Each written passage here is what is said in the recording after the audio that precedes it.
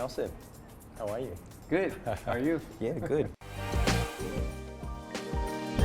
So what really moved you to start BBRC? I'll give you a condensed version of that. One day, I had a friend that sent me a message, right? And he photoshopped a picture of an ape in front of one of my stores on a window display, right? And he said, hey, Nelson, this is the future, right? And if you want to be a future-forward brand, then you have to look at this, right? So I was like, hey, what's that? So yeah, have you heard of NFTs? It got me curious, right? So he sent me a white paper with different apes that I should buy. And I said, okay, how much is it, right? I don't mind looking at it. It's, I was like, oh, only 60 ETH, right? So I went online. I was like, how much is 60 ETH, right? It was like 300 grand at that time. Definitely, firstly, it caught my attention, but I was like, why would anyone pay so much for this digital collectible? So at the time, I didn't have 300K. I asked like, what's the next best thing? So eventually, my first NFT I bought was kind of a fashion design related NFT, which is Konex Artifact, by a collaboration with Murakami. The whole process of the revealing you're a kid again, you're opening a blind box and then getting something possibly rare. So I think that really intrigued me, and I think the filmmaker background in me it got me really interested. So I spent a few months getting into this space, trading and buying NFTs, and along the way I started to begin to see how NFTs can be a good use case for a brand. That's kind of how I started to think, with my background leading to my strengths in fashion and production, how can I build a brand in this space? I think BBRC started as a Web3 venture studio. Our vision is really to merge the physical and digital.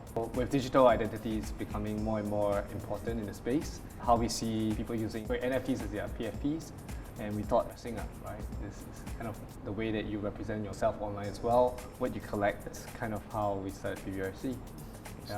Yeah, that's a really interesting journey that you've been through. You talk a little bit about NFTs and brand value. How do you feel that NFTs have increased your brand value with the brand that you've built already, prior to getting into NFTs? Yeah, that's a good question. I think I've run Benjamin Barker for 13 years, right? It's a very traditional retail brick and mortar kind of business, and for me it's like I'm constantly thinking what's next, right? I'm someone who's very restless and very curious. What boundaries can we push further running a traditional brick and mortar store? We see that digital is the future, right? It is now already, and it's getting more and more important. I first got into the NFT space, I realized, hey, actually this is a very good use case to adopt it in the digital space. So Deeps, as someone who has invested in many companies, right? I'm just curious, what makes you, invest in one company over another? When I look at companies at an early stage, you can look at the numbers as much as you want, right? You can go really deep. But to be honest, these companies are just starting out. It's all about the founder. It's about the vision, about the idea, and where the founders want to take their business. So you can look as much as you want in the numbers, but most of the time you're not really going to get the answer you're looking for. The answer you're looking for is really with how the founder's feeling about what they want to build. And that's kind of like where I spend my time, is understanding where the founder wants to take their business. Do they understand the market that they're getting into? Do they understand the competitors? Do they understand how they're going to build a moat? And I think most importantly is, how resilient are they? So actually it's really important to find founders that have gone through very tough times, because that shows a lot of resilience. Because as you know, running a startup is very tough. You're going to go through a lot of ups and downs.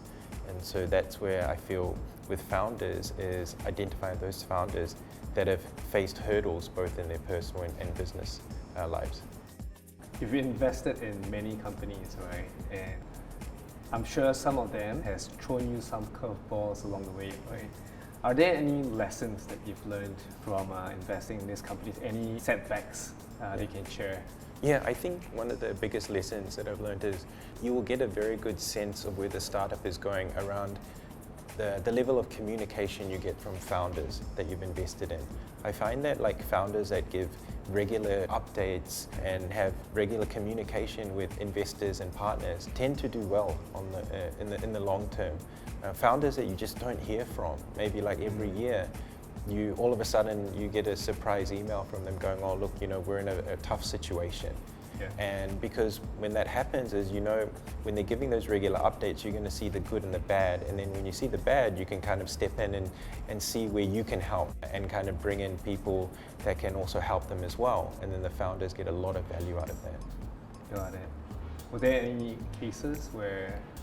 I think, I think I've experienced both cases. Yeah. And with that, I've correlated the level of communication that I've got from those founders, and I can easily correlate that. So the founders that take the effort and to update partners and investors around the state of the business regularly tend to do well in the long term. I think we're really in an interesting period of time right now, especially in this market. What are some of the challenges that you'll face as a business owner and also a project owner? Yeah. I'd love to kind of hear from you around like your learnings and insights.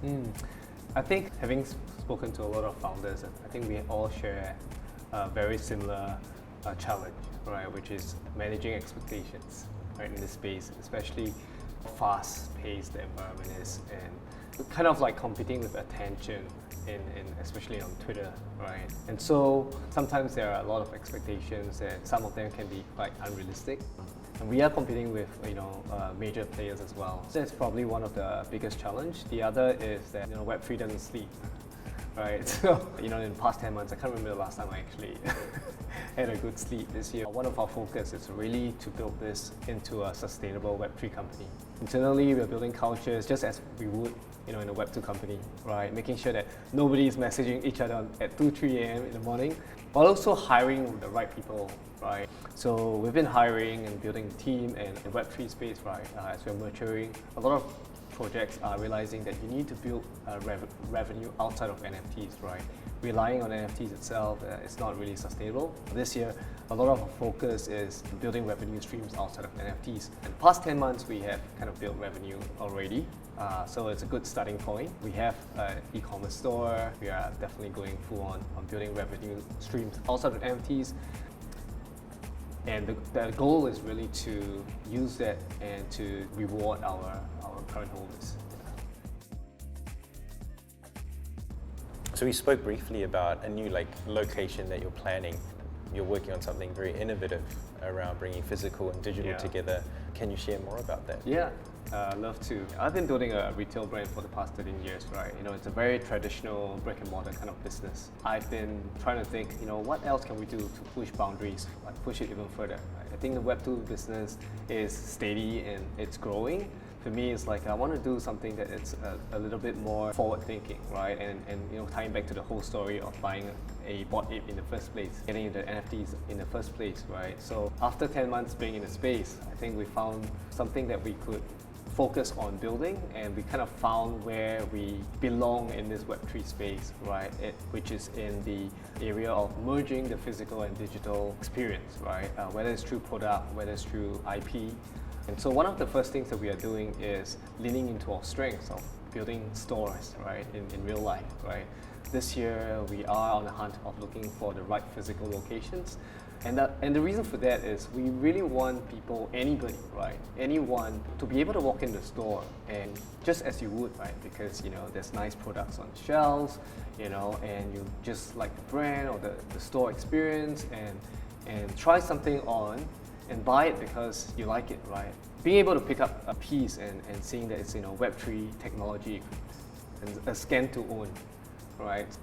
The reason why we do that is really to pick the curiosity of the everyday person, right? And when they scan to own, they realize, hey, you get a digital version of that as well, right? You get something that you can use online, right? And we've seen the proliferation of digital identities online. Everyone is using their NFTs as PFPs, right? And so where we come in is really dressing these PFPs, right? Imagine being able to dress your Valhalla, right? in a BBRC digital garment, right? And eventually, I think when the metaverse space is ready, or where we get to play games in the metaverse, we are able to be in the forefront of that technology where you can equip your avatar, right, with things that you buy, something that you own physically in your wardrobe. One insight I saw was VTubing is growing 500% year on year on Twitch. So a lot of kids these days are using avatars Right. basically as a streaming profile.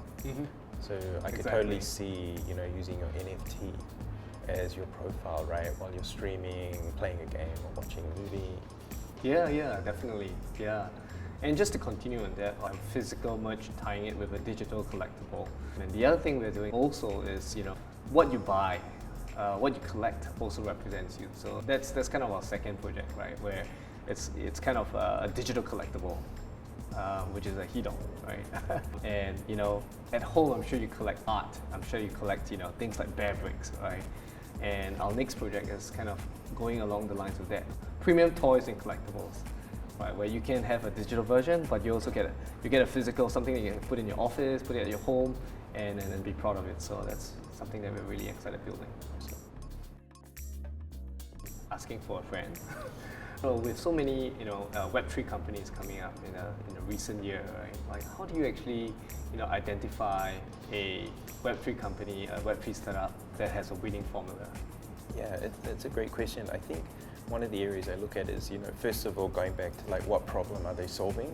So, when you look at a lot of, say, enterprises today, they all have a lot of gaps in their business. And so where I look at is, how can these innovative startups solve a lot of these gaps? And I think Web3 is at a very nascent and early phase of the actual kind of cycle itself, where basically a lot of the value is derived at the startup layer versus the enterprise layer, right? If you compare it to AI right now, a lot of the value is coming on the enterprise side, right? You've got like the OpenAIs, the Microsofts, the Google, they're developing it. But on the Web3 side, a lot of the value is coming from these smaller companies. And that's exciting because they're a lot more agile to get things done and out to market as well. Plus, looking at these problems they're trying to solve is very interesting because you're looking at utility versus speculative value. And I think we've been in a stage where the narratives focus on speculative value, and we need to move that narrative to more of utility value. And that's where, when I look at these Web3 startups, is who are the builders focused on deriving value around utility versus speculative value. Yeah, and that's kind of where I focus a lot of my time and effort.